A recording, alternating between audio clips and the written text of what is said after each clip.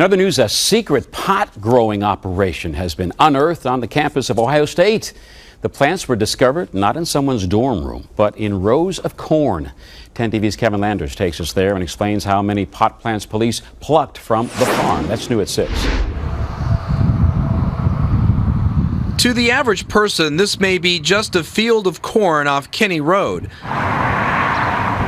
But for someone who wants to plant marijuana, it must have looked like the perfect place to hide their own version of green leaves.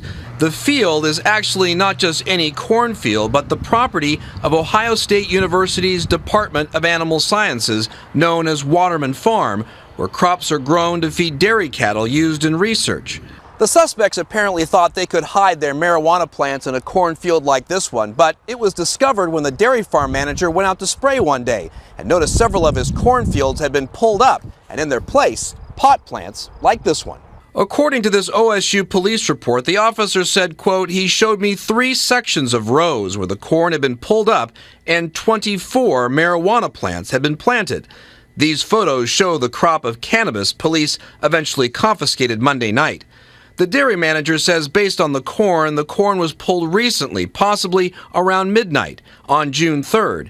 Detectives say they could not locate evidence regarding who may have planted them. With no suspects in this pot in the crop case, it's a mystery as to who was behind the cannabis caper. Kevin Landers, 10 TV News. A university spokesperson tells 10 TV the corn crop was not used for research, only feed for the animals. The college says it's looking into whether it needs to increase security at that area of the farm. OSU police say because they have no suspects, it considers the case closed.